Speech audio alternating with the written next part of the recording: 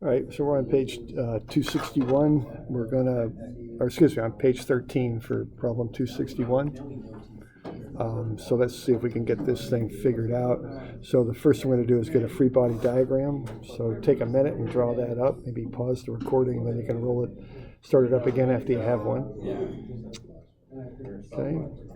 So there's the free body diagram. Real simple there. I'm just taking the pin joint with its two reactions, and then a cable pulls. Okay. Then we want to determine a solution strategy. Probably want to start with one equation that has only one unknown. Okay. So the possibility for the three equations are right there. Mm-hmm. Okay, and those are the possible equations. So start to think about how you could approach that. You might want to pause the recording for a while as you work through it. There are the answers as you work through. And I think the first equation to start with would be right there, because that has only one unknown in it.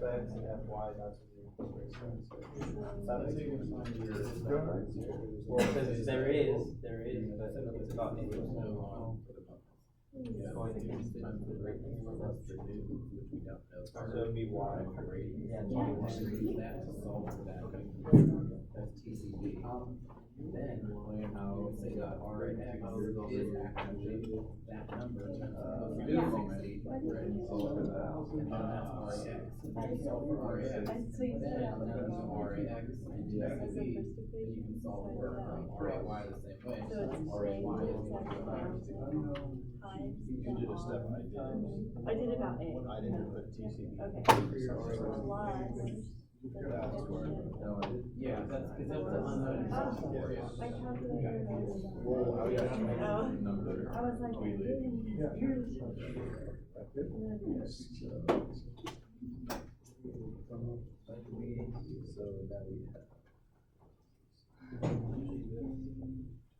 Everybody doing all right? Figure those numbers okay? Do I do my 7,000 newtons again when I solve for RAY? Because it's going down, right? And then we go minus 7,000. Yes. Yeah, I'll give you some FY for RY. Yeah, my sum of FY has that 7,000 newtons and RAY is the TCB sign. You don't get it at the moment. There's a fourth point against. So you only have the moment. Okay. Like a wrench thing. Remember, you can't push. There's that sum of MA equation if you want to have a look. Doing all right on that? So you got 7,000 times 0.6. That's going to come around clockwise, so that's a negative. Now I put the numbers in the parentheses and I look at it, I go, it's clockwise, so that's a negative, okay? The negative is not directly linked to the fact that the 7,000 is down. The negative means it's clockwise, right? And then I want the opposite side here, so that would be, that corresponds to that leg of that triangle. So that's sine 60 for the opposite, and 1.5. 0.6 and 0.9 make 1.5. 3233 newtons. You okay with that? Yeah. And see, that's the moment equation. You can do the rest of this with force equations. I wouldn't use any more moment equations after I found the force in the cable, because once you got the force in the cable, you can do a sum of Fx and sum of Fy and finish it off. Yeah, right. Moments, you got to put moment arms in there. Just more chance for error, more time, all that.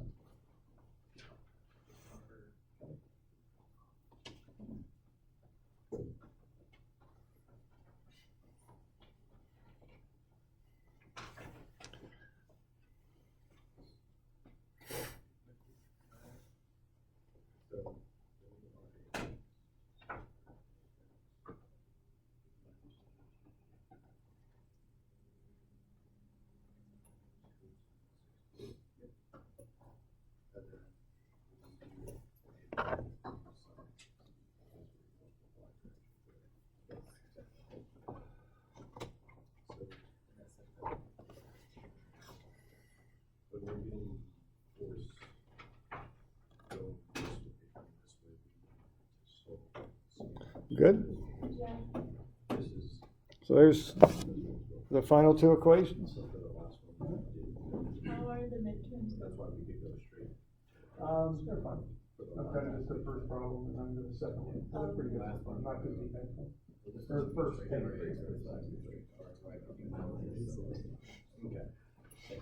All right. So we okay with that?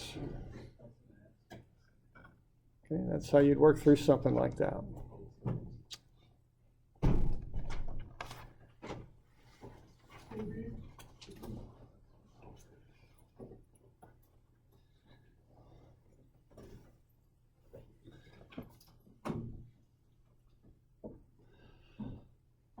So that's the basic approach. Now, of course, we get into more and more complex type problems as we go through this stuff. So we're all good with that. We'll try to move on into the next one there, which is back in the notes, page 405.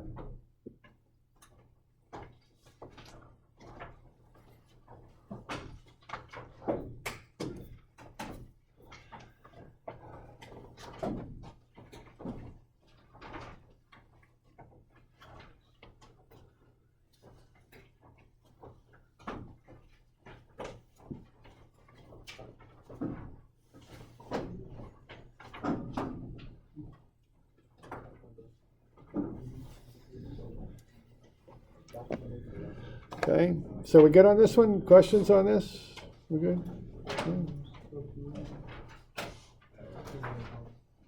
Okay, this next one is what's called a cantilever or a fixed support. There we go, something like that. So it's bracketed in some fashion, or it might be embedded too, like these. This is right along Taquina Hall. Those beams coming out of the wall there, you could analyze those like cantilevers. So I got a whole bunch of cantilevers here. We got a porch extending off the second floor there. What they're doing, they're just taking a floor beam, a floor joist, and just extending it out. You could analyze that like a cantilever right there. You know, you see that load coming down there? Whoops, I'm having some trouble writing. All sorts of problems here today, but here we go. Like that, see what that's gonna do? That's gonna bring that around like that, isn't it? So you're gonna get a reaction at the cantilever doing that to withstand it, okay?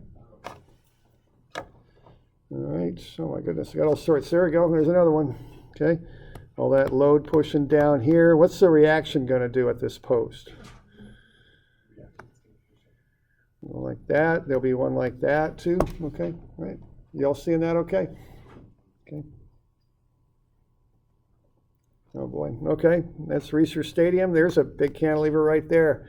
See, they were a little nervous about that one, weren't they? See what they did up here? Pulled on that with a cable. So, see that on gates a lot? Because those gates will kind of sag over time. You get a turnbuckle on there, you can pull it back up, right? It's kind of like what we're talking about with the buildings, right? Yeah, right. Same idea. Real common design kind of thing, because over time those things will start to just fall down a bit, you know. A bit of a safety factor in action right there. Yeah, sure.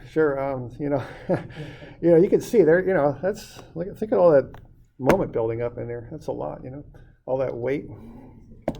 They had Okay. a fabric one on the Coliseum. What's that? They had a fabric one on the Coliseum. Oh yeah, they did. Yeah, I've heard about that. I know, yeah. I'm really walking on. That's what they think. I'm so excited. Now there's a real big. See what they're doing there? See all that material they got in there where they built the roof? They did. I mean, it sheds rain, sure, but it's a big, strong support in there. See.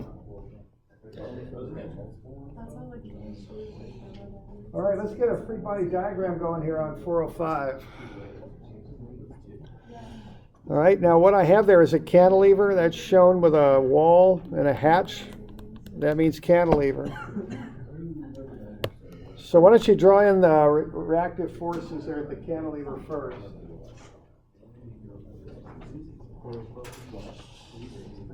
So what are the reactions there? And again, keep it simple. If you got any questions or something you're not quite sure about, just have a look at that one page 360. And it's a cantilever. I mean, you know, just draw them in.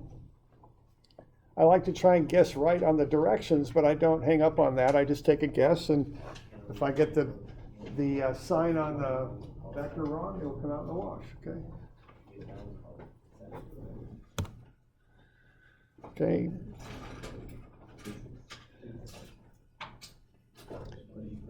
Cantilever support. Is that pretty good what I got? 1, 2, 3 for a cantilever? Okay. I don't do any more thinking than that. Okay. We all right with that? RAY, RAX, MRA. Okay. Good with that? Okay. Now what I've got there is a trapezoidal load. So what I'm going to do is I'm going to break that up into pieces I can handle. I can handle a trapezoid and a rectangle and a triangle. So for that rectangle, I've got 3,000 newtons per meter, 2.4 meter length. So that's 7,200, is it? I think so, 7,200 newtons. And then how far from B is it? See, I know I'm going to take moments about B on this. That's normally how I solve out cantilever problems, is I take a moment about where they connect to their wall or whatever they're connecting into. And so I'm got 7,200 newtons. And so how far is that from B? Yeah, 1.2 meters from B, okay? And the way I'm getting 1.2 is I'm taking half at 2.4. So why don't you do the same thing for the triangular load? What's the magnitude? How big is the triangular load and where is it located? Where is it at?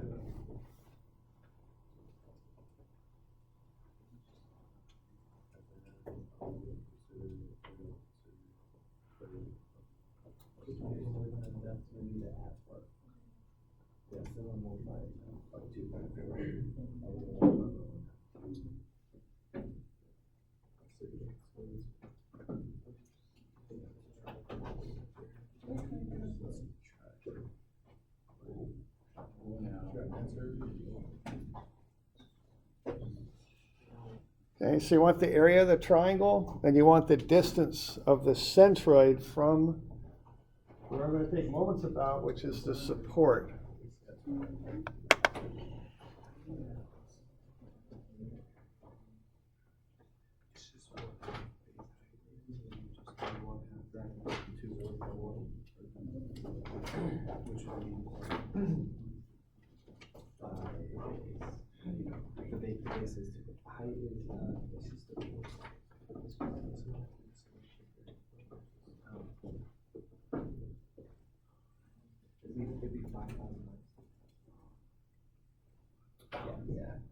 That's it.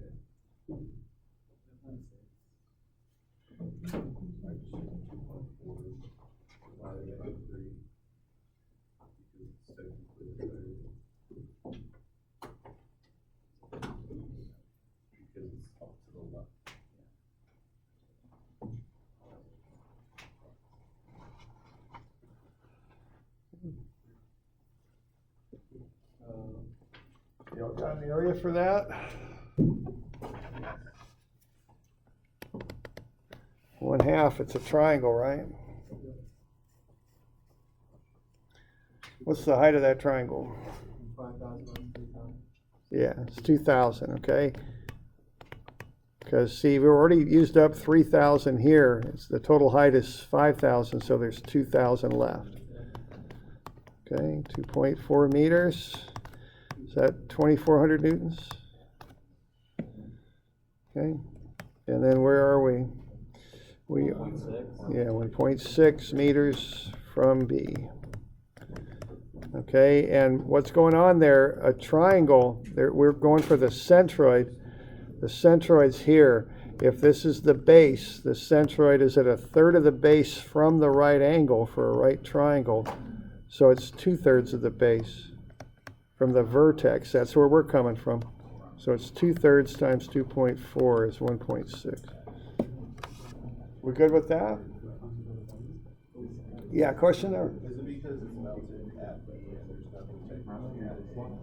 Yeah, normally when I got a cantilever, I just do some FX, some of when I take a moment off the support. It's just a habit that I use. You don't have to, you can hold about it as you want. Also on the 1.6 meters. Oh, yeah. Let's bounce it into the wall. And I'm good, I'm going to stop being, so I'm gonna take moments about here. I have one on stroke there, I'm thinking ahead.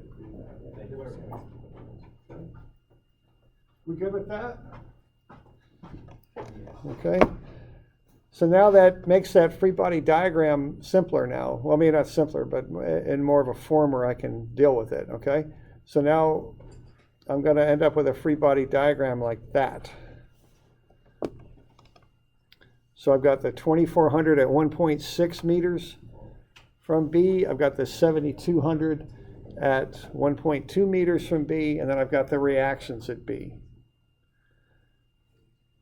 Now, on the other problems we were talking about strategies for working through them, there really isn't much of a strategy when you've got a cantilever. You just go some of Fx, some of Fy, and take moments. And normally I take moments about the support. That way I don't have to deal with the reactive forces when I do the moments.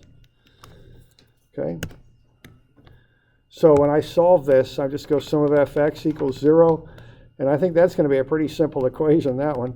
And then I go sum of Fy is, sum of Fy is 0. And then sum of moments about B equals 0. That's how I would solve this thing out. Okay. And what I've got is just a free body diagram now. I've just turned it into a simple beam. I've got 7,200 newtons, and that's 1.2 meters. And then I've got 2,400 newtons, and that's 1.6 meters. Running out of room here, but there we go. And then I've got the reactive forces, and then a reactive couple or moment, whatever you want to call it. So MRB, RAB, or RBX, and RBY. That's what I've got.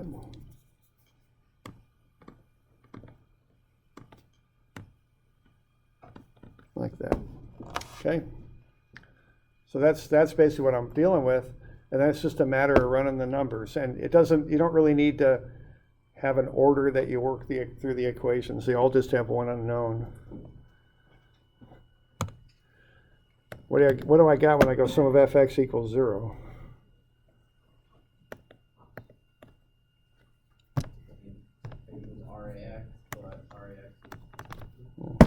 RBX is 0. That's all there is to it. Okay. There isn't a, see, now notice I didn't, I put it on the free body diagram. That's a fixed support. There's the potential for RBX, but in this situation, it turned out to be 0. Okay. That's how I think about that. Sum of Fy, I think we're going to get RBY at what, 9,600? And then I don't know what the moment will come out to be. Okay.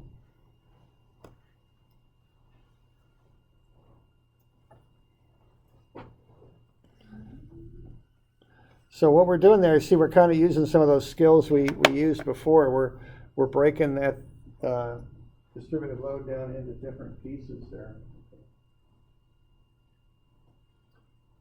and putting those forces at the centroid.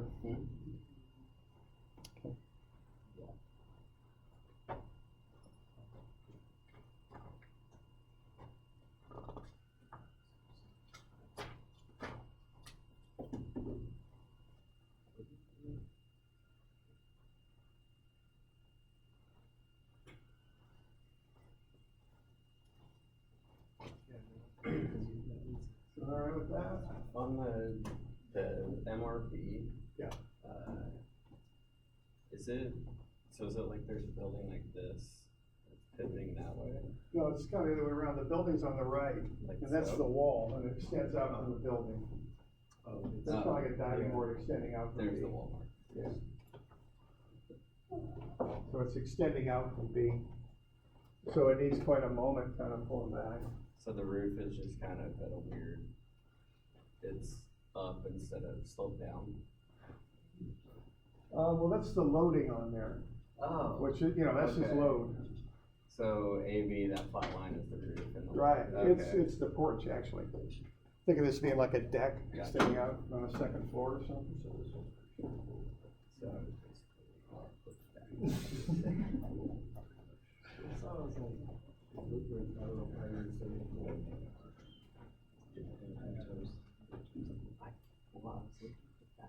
Other questions on it? Yeah, they look like. What your arrow is pointing clockwise, but All right, so what that is, that's a reaction. What's happening with the loads applied, this is like a deck. And maybe the 3,000 might be the weight of the deck itself, and then maybe there's like some snow on there that kind of gets thicker or deeper as you go to the right. So those loads are causing a moment like that. We're looking at the reaction, how the beam responds to that, and what the beam has to do is kind of come back the other way.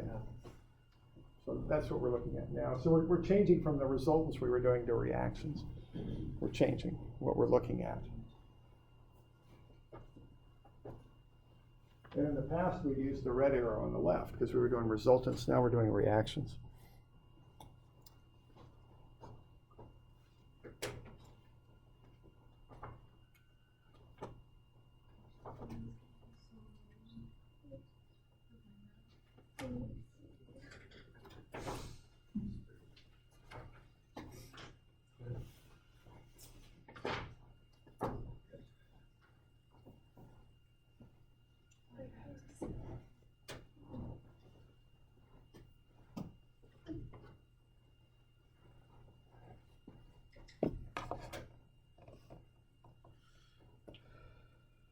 Okay.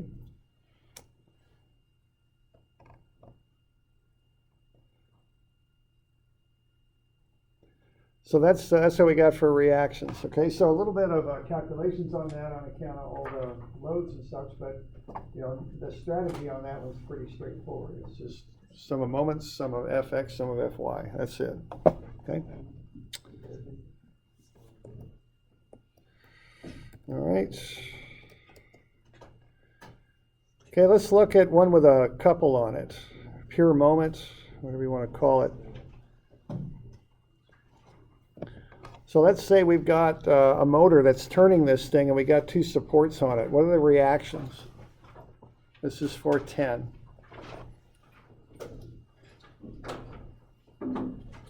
Give that a minute or two, see if you can come up with the reactions. This is a lot like that homework that you turned in, really. Although we're kind of looking at the other side of it. We're looking at reactions this time, as opposed to what it does to the supports. Now we're looking at what the supports does back to it. Okay. So I've already got a free body diagram done. Yeah, well, in a way, yeah, I think you're right. But I would just go sum of moments, Yeah. and take a moment about a point and solve for one of the forces is what I would do on that. So you're going to start with a moment equation. You pretty much have to on that. Well, I guess you could go sum of fx is 0. That would be the, if you had to start, that'd be nice and easy. It's just rax.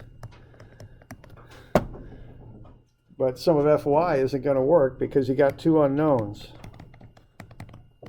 So you're going to have to do sum moments is what you're going to have to do on that. And you're going to figure out where to sum them about and see if you can come up with that reaction. And the calcs on this are pretty quick, once you get the concept anyway.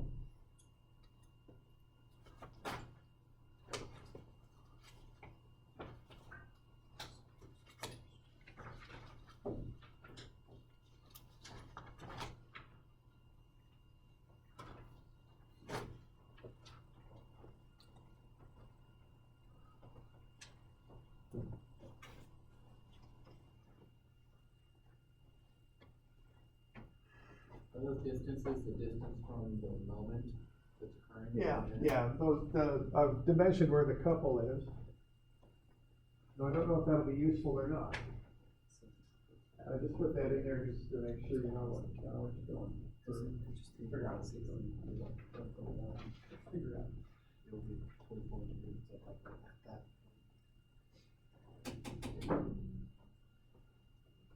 Oh, because you take 60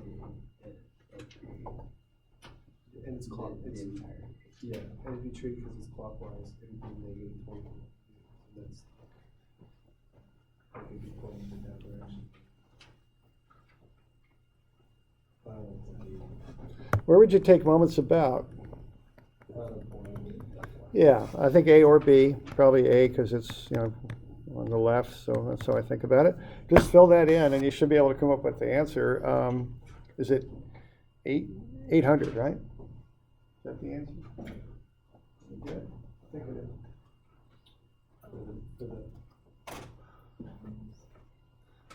I think it's 800 for the answer.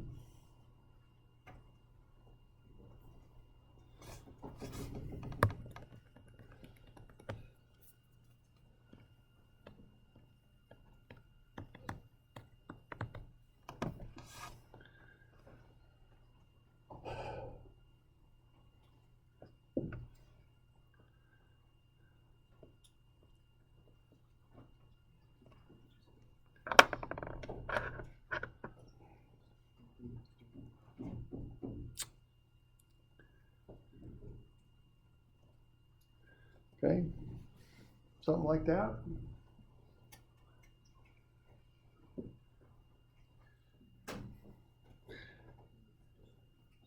Those dimensions were kind of, I think it's called a red herring, though I have no idea where that saying comes from.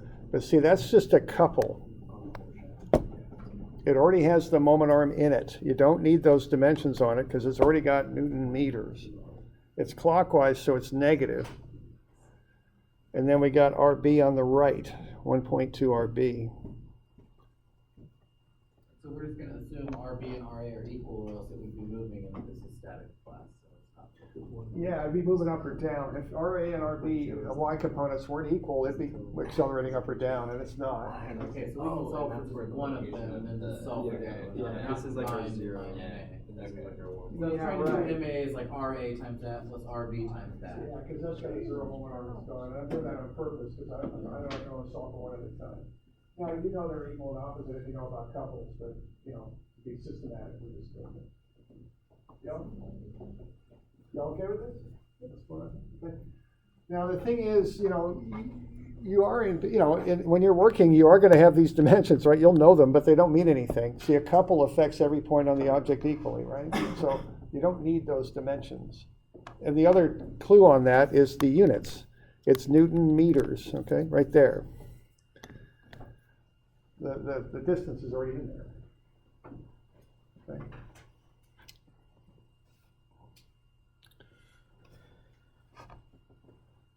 What did you just say, a couple effects? Every point on the object equally. So it's a point in the motor versus 1 point, or a meter out, it's the same. Yeah, it doesn't make any difference, yeah. It's kind of like I was showing you that picture of jacking up a wheel if you didn't set the brake, if you just turn the lug nut before you, you'll spin the wheel. It's the same idea. That's how we model it anyway. There might be a few things going on when you actually work with real things, but that's the idea. That's how we model it. Yeah. We're doing all right with that? Okay. So those are just some examples with beams, flat beams. You can do the same thing with columns. But we get into other situations too. So if we're good with this, right? So let's look at 420. We already did 415 as a resultant, if you remember we did that. We changed it around a little bit, but we did it. But let's look at one other here, 420. Now this is a bracket. It's a little bit more complicated because it's not a flat beam anymore. It's a two-dimensional object, a bracket. Okay, so the analysis gets a little bit more complex. And that's kind of how we're going to approach this. Of course, we're going to start with a simple case and work our way up. Okay, so there's a bracket holding up a load, right? So if you just think about this conceptually, I got a force like that. I've got a couple pins here. I bet what's going to happen at the pins is I'm going to have upward forces. What's the force going to be down here to counteract that load? The X force there. What's it going to do? Left or right? Move right to counteract it. It's gonna go into the wall? I was like, yeah, clockwise or counterclockwise, that was chance Well, I'm talking about the force here. Which way does it go? to counteract the brick. Yeah, because the brick's pushing the bracket down. So yeah, this force has to do that, right? You good? Because if it doesn't, that thing's going to start spinning. Now, if you come up here, now which way is this force going to go? It's pulling toward the right, keep it from pulling out. Yeah, because this brick is trying to pull that top screw out of the wall. Well, it's going to go, no, it's going to pull like that, right? And these two forces are going to be balanced in the x, right? They're equal and opposite. They're a couple, okay? You with me there? Okay. And so let's kind of get the conceptual too, because again, when you're working, this matters sometimes a lot more than all the number crunching. It's just that feel for it too, right? Okay. All right. We can put angled forces on there too. We can use bricks. We can use ropes. We can use all sorts of stuff, right? Okay. There's a two-dimensional bracket. That's a frame actually holding up a bicycle. All right, so let's take this bracket here and let's analyze it, okay? So, and we'll illustrate a couple of things. So turn that into a free body diagram. Remember to dimension the angles. And just, again, that should take a minute, okay? No more than that. Don't think about it. You see a pin joint, put two forces. You see a roller, put a force normal to the flat surface. That's all we're doing here. We're going to put the weight at the center of gravity, right? Okay.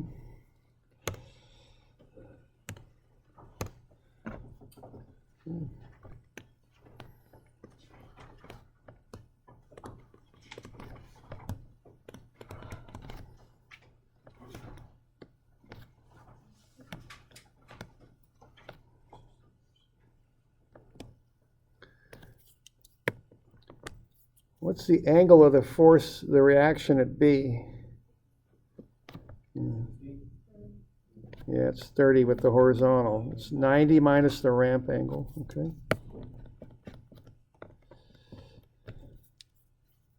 So there's a free body diagram, and that's all the thought I give it. I just do that. Now, maybe I have RAX in the wrong direction. I don't care. I mean, I'll fix that later because my answer will come out negative. Same thing with RAY. Maybe, who knows? As long as I get them horizontal and vertical, I just take a guess as far as up, down, or left, right. I'm not too worried about it. Okay, so something like that. Now, there's one little finer point on this, and that is the dimensions when we have these brackets and pin joints and rollers and all that. The dimensions normally go to the pins. So that 6 inches is from the corner of the bracket to the pin at B. Now the bad news is the force isn't applied at the pin. The force is applied on the roller. But it isn't entirely bad news. Actually, it's all going to work out fine because if you look at the geometry at this, the reactive force is perpendicular to the ramp. The ramp is tangent to the roller. If you've got a force that's perpendicular to a tangent at the point of contact, it's directed through the center of the circle where the pin is.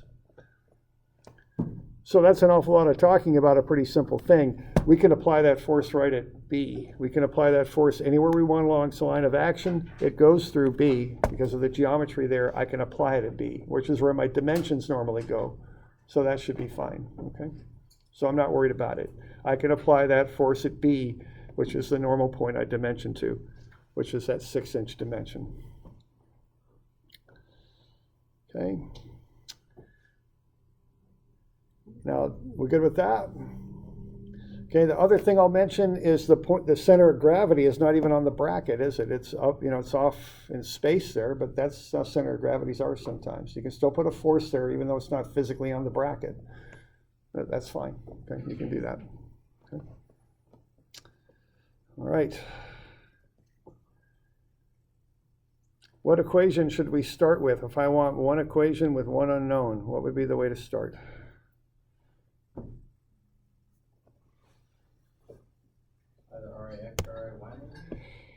They're both going to have two unknowns. Some of fx and some of fy are going to have two unknowns. You're given the weight, but you got two y unknowns. You got ray and the y component of b. Yeah, it's got to be a moment. And where are we going to take a moment about? How many? I want one equation and one unknown. I got three unknowns. Where do two of them act? What if I take moments about A? See, then I don't have to worry about RAY or RAX. So take a moment about a pin joint where two unknowns act. Then you only got to solve for the remaining force. Because in 2D statics, there's only 3 unknowns. So a moment about a pin joint is often a good way to start. Okay, we good with that?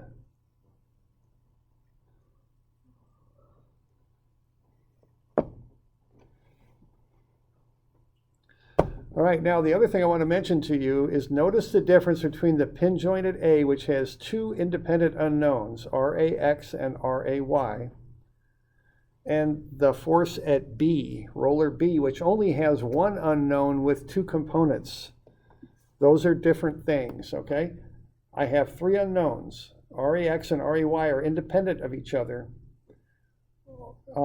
I've got cosine 30 RB and sine 30 RB, which are just 1 unknown, RB. Don't make that into 2 unknowns at the roller because it starts confusing things. I do not call that RBX and RBY. I call it sine 30 RB and cosine 30 RB because there's 1 unknown. Okay, that's different than what's going on at the pin joint, so we want to recognize that. Okay.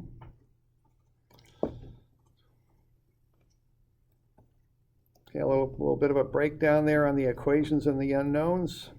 I want to use some of MA. There we go. So 40 pounds, which is that force applied at the bottom of the bracket, 8-inch moment arm, counterclockwise. So that's a positive. So 40 pounds times 8 inches. 20 pounds? 40 right here.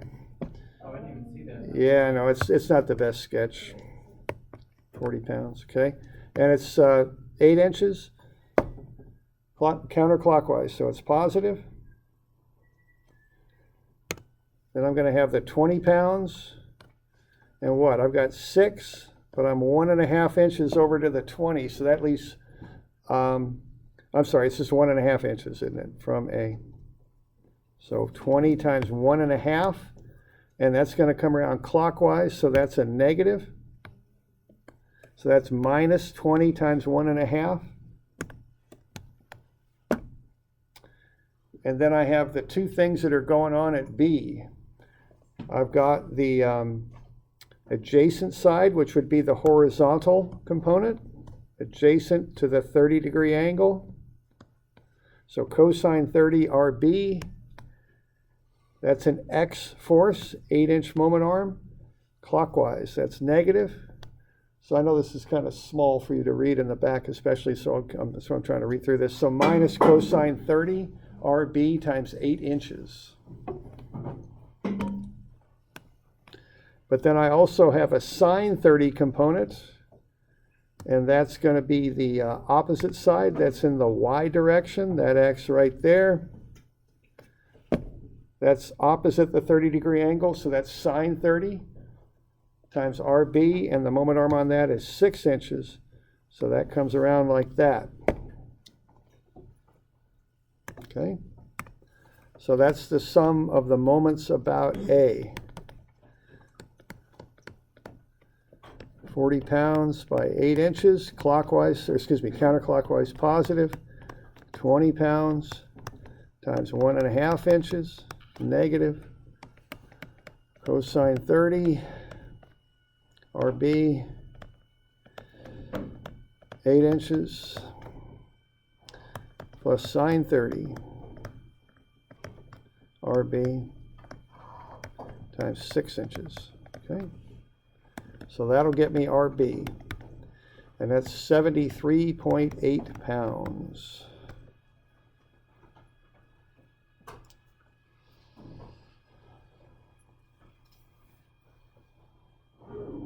Doing all right with that?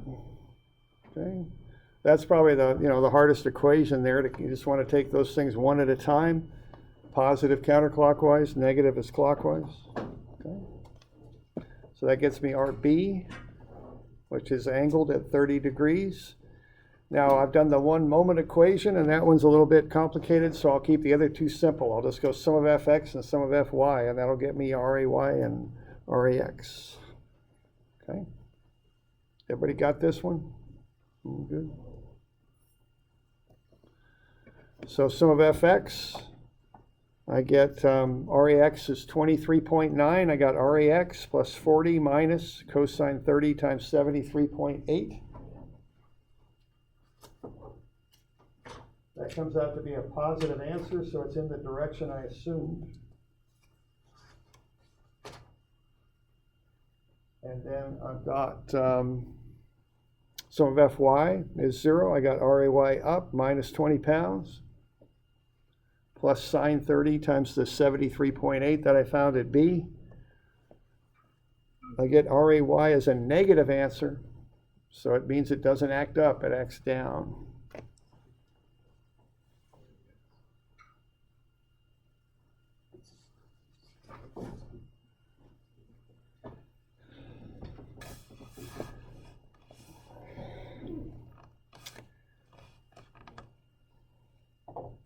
Okay, so that's more of a two-dimensional bracket kind of problem, which is kind of the next step up.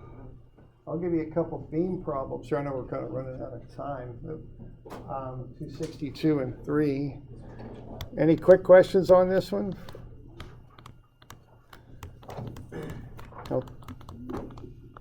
Okay, couple for Friday.